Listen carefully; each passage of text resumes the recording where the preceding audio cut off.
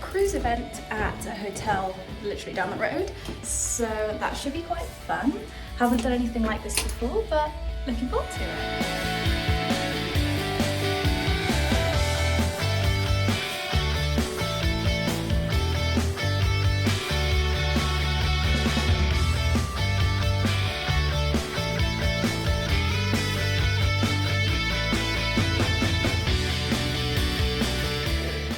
Is it 1915, 1925, or 1935?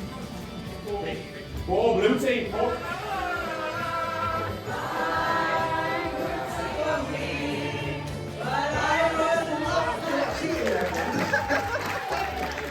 Thank you, all of you.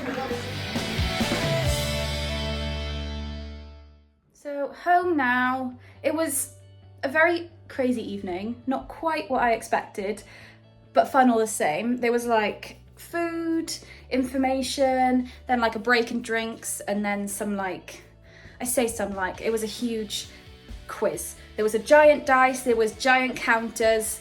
I mean, you've just seen it. It was mad, but it was so much fun. And the green team won, as shown. Well, I was in the green team in my little winner thing, which is backwards. But we won. And I also won a few prizes because we landed on a prize square. So I won a tiny little Riviera teddy bear. And I think he's really cute. Of all people, me to win a teddy bear, it makes sense. And then I won some Prosecco, and I've got an Amazon voucher on the way. And then we also had like this little gift bag, goodie bag. So in here we have, I've tipped this the wrong way. We have a notebook from Regent, which is actually really lovely. Let me move my hair clip out of the way. Some Riviera sticky notes. I love a sticky note, so that's always useful. So I've got all my information from the info session, which I will show you very shortly. I have a little trolley thing, which I think is quite fun. What else have we got? Oh yeah. Oh, that was my name badge. I had that on. And I was part of the green team, so you can see that on the border. Oh yeah. Oh, that was just like the general kind of cruise trade news pen, which went with this. And then we have a Regent pen. Oh, it's just so lovely. I just love stuff like this. Yeah, Regent pen. And it's like got a little stylus on the end for phones. And then we just got like a cruise trade news magazine. And then this one was all about Seattle, which honestly looks like such a great place, and regardless of whether it's with a cruise or not, is now definitely on a bucket list. There's so much to do, which you'll hear about when I discuss my information. And yeah, that was everything. And I was saying on the way out, I survived. Definitely the right choice of words. So that concludes everything from me for today. So yeah, just hope you enjoy the information about the cruises and the destinations, and if you ever have any questions, then Instagram pop up here somewhere, and then or comment. That's always a good way. I'll always see comments, I'll always reply. But yeah, hope you have a good day. If it's day, if it's night, have a good night, and I'll see you next time.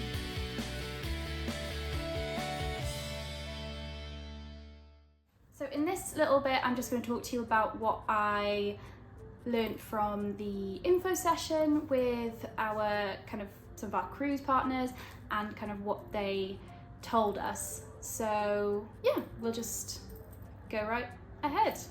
So the event was hosted by Cruise Trade News, who then had Riviera, Regent, Tauck, and Seattle. There was someone from, I'm not sure if the company is this side of me, Port of Seattle. There we go. So we had those 4 people come and talk to us. They had like a 10-minute slot, and they gave us some information. So Regent, Tauck, and Riviera are all luxury cruise brands, cruise lines, and then so Port of Seattle, they were just talking to us about like Seattle in general and why it's such a good cruise destination. To be honest, it's not something that I ever would have thought of for a cruise, but from what they told me and what I'm going to then tell you, hopefully you'll think, yeah, actually it's a really good place to go. So I've just got some information here so I give it all to you correctly. So Tauck are a luxury cruise line, like I said. Most of these ones, I mean not just Tauck, but they all focus on river cruises, with some of them, which I will get into, telling you about some of the ocean cruises that they do that are a little bit bigger. So Tauck is a luxury brand and it's a family-owned business, so that kind of is a really nice thing, that it's a big company, but you know, it's got kind of family at heart, and they've had over 30 years experience of river cruises. They offer land tours and river cruises, which I've mentioned before, and they go to a wide range of destinations. Lots of their information, their itineraries, is all on their website, so I'll put all the websites for each one kind of in the description, and you'll be able to have a look into them as well. So one thing that I thought was really, really cool was that they're non-discounting, which means that like everyone will pay the same. So it's not like you'll be, you know, sitting next to somebody who's had a really, really cheap cruise and then you've paid like top money for it. So it's all very fair and kind of equal in terms of how much you're going to be paying. Your excursions are included, which I think is something that more ships should do, because, you know, often or from the cruises I've been on where they haven't had excursions included, it's been like, oh, we'll just explore ourselves, and then we've ended up spending more money on something that maybe we could have got from the cruise line or had something a bit better. So I really, really like that all the excursions are included. One thing I actually really, really like is they say they try and do what you can't do yourself.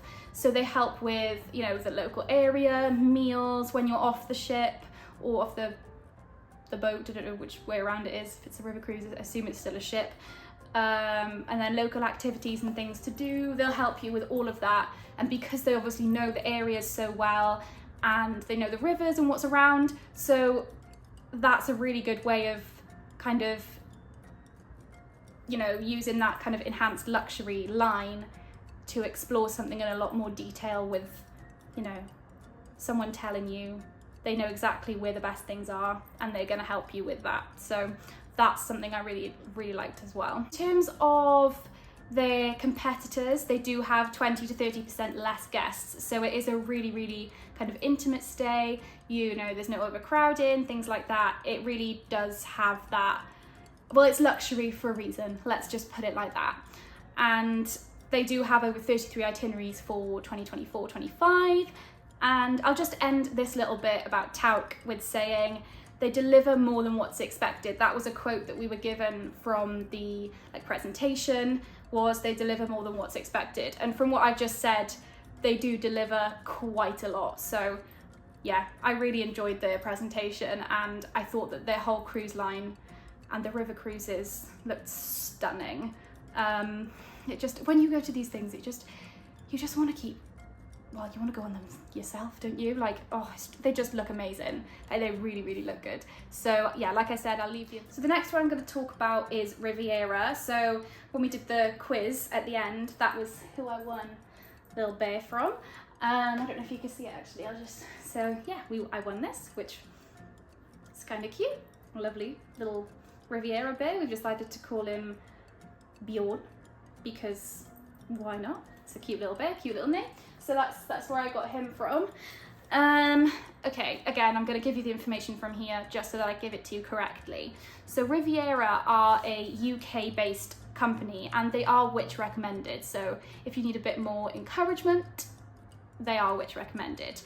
They offer Eurostar, rail and door-to-door service for getting to the cruise ship. So that's something that is nice to have included, because I know it can be stressful thinking, oh, how am I going to get there? What am I going to do? But having that kind of takes the stress away, which I really, really like.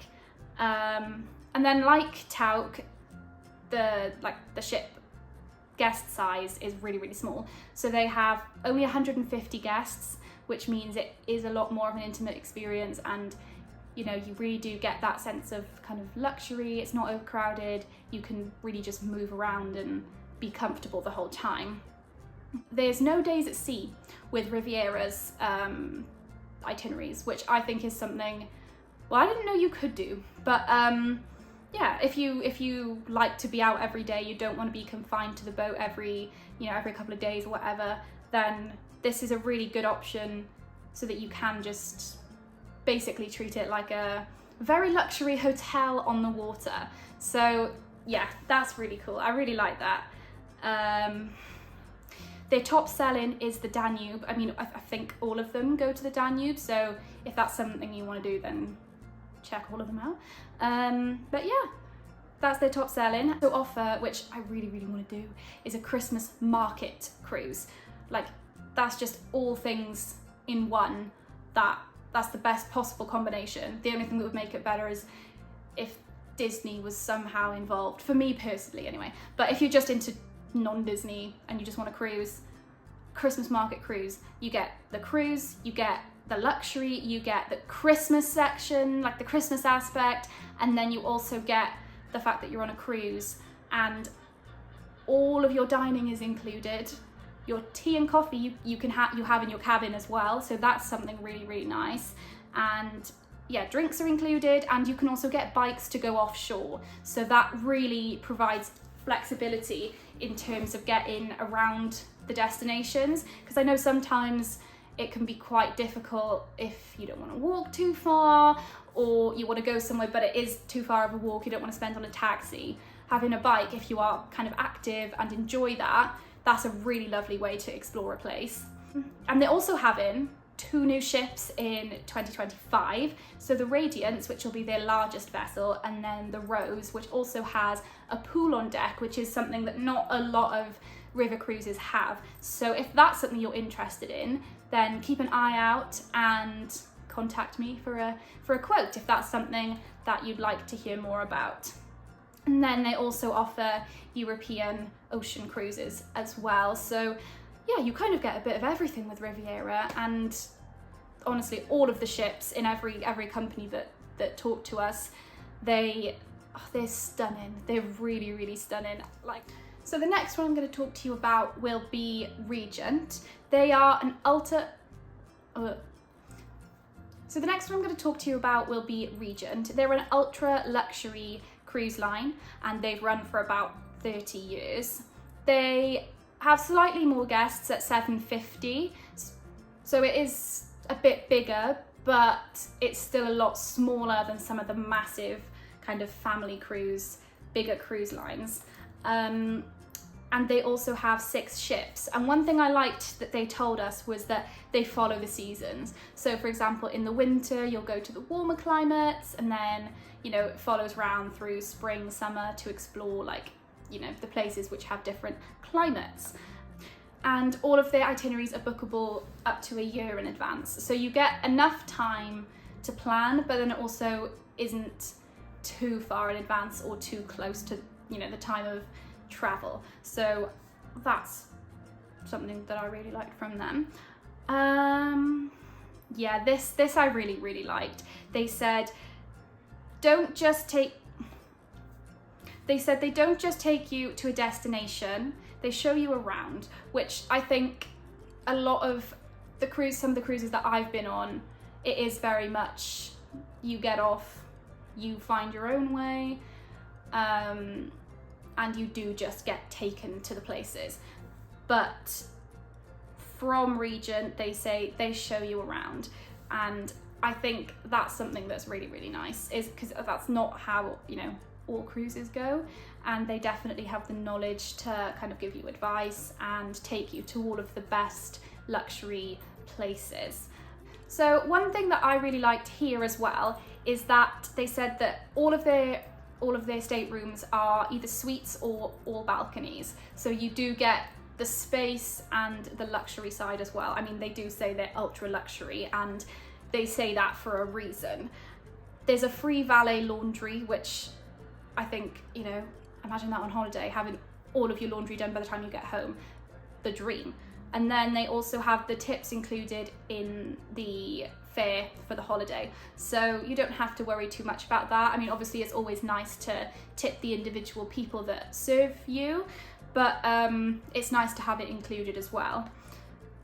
The dining, obviously, like most cruises, is all included, and it's Michelin star fine dining, but it's not quite as formal and there's no set times, so you do get that kind of luxury but also relaxed kind of flexibility with your stay as well. And I mean, not everybody needs this on holiday, but the Wi-Fi is also included, so that's something you don't have to worry about paying extra for or getting a package for, because I know that can be quite a lot of money, but to have it included gives you the flexibility of you need it or you don't. You don't have to worry about how many devices you have, because I know that can be a bit of an issue depending on what you do. So that was some of the nice things that were included in the Regent cruises. They also have what they call Black Lane, which is a door-to-door transfer service. So you'll basically be taken from home to ship, from ship to home, and that's bookable through them. And they also have dates up until 2027 for their itineraries. So they are working well in advance, which I can't even think about the next couple of months, let alone 2027. But it's always nice to have a look and think, well, what can I do? So yeah, they've got, honestly, stunning ships. I think I've said that for them all so far, but yeah. So the final one that I'm going to talk about now was the Port of Seattle. So this one isn't a specific cruise line, it's just talking to you about the destination, which, to be honest, I didn't really know much about apart from seeing TV shows and things like that. But it's actually quite a cool place to go. So it's in Washington State. So they told us don't get confused with Washington DC, because that's the other end of the country. So it's in Washington State, North America. I think you know that by now. And a couple of their things that, you know, draw you to Seattle are there are 3 national parks, and each one has something different and, you know, can give you a different experience. And they're also the second largest wine producers. So they're second to California, which makes sense because California is quite close. So if you like wine, that's a good place to go. Try something different, and then, you know, experience a place that you might not have thought about going to before. They're also the home of grunge music, which I thought, well, I didn't even know, and I thought that was quite interesting. I've got a music degree, so anything to do with music, my ears just go, ooh, I want to talk about that. So yeah, they're the home of grunge music, which isn't something I, again, expected. Everything about this presentation was, yeah, didn't expect any of it, but it's all really, really interesting. You can also do a future flight tour at the Boeing factory, so you can see all the planes and things like that. So if that's something you're interested in, there really is something for everyone in Seattle. And then there's also the Space Needle. I mean, everyone's seen that picture, you know, the Space Needle in the middle of the city. And that's from the 1966 World Fair. So that's a really cool thing to go and have a look at too. And then they also told us about a city pass, so you can go and see the whole city and kind of get to know the sights. I'd imagine it's like the buses in like different cities and things like that. So that's something good to check out as well. So they also said that it's the gateway to Alaska, and that, you know, lots of their cruises go up to Alaska, which if you wanted to explore Alaska, I think that's a really good way to do it, because then you get the city and then you get kind of a completely different experience up there. So we were also told, and this would, I guess, be subject to change depending on when you're booking, is the flights are really cost effective from the UK to Seattle compared to flying to Canada. So that's just a little kind of bit of information if you're budgeting or looking at different flights, is that apparently we have good flight prices, which if you'd like to book with me, I can definitely check and find the best rates for you.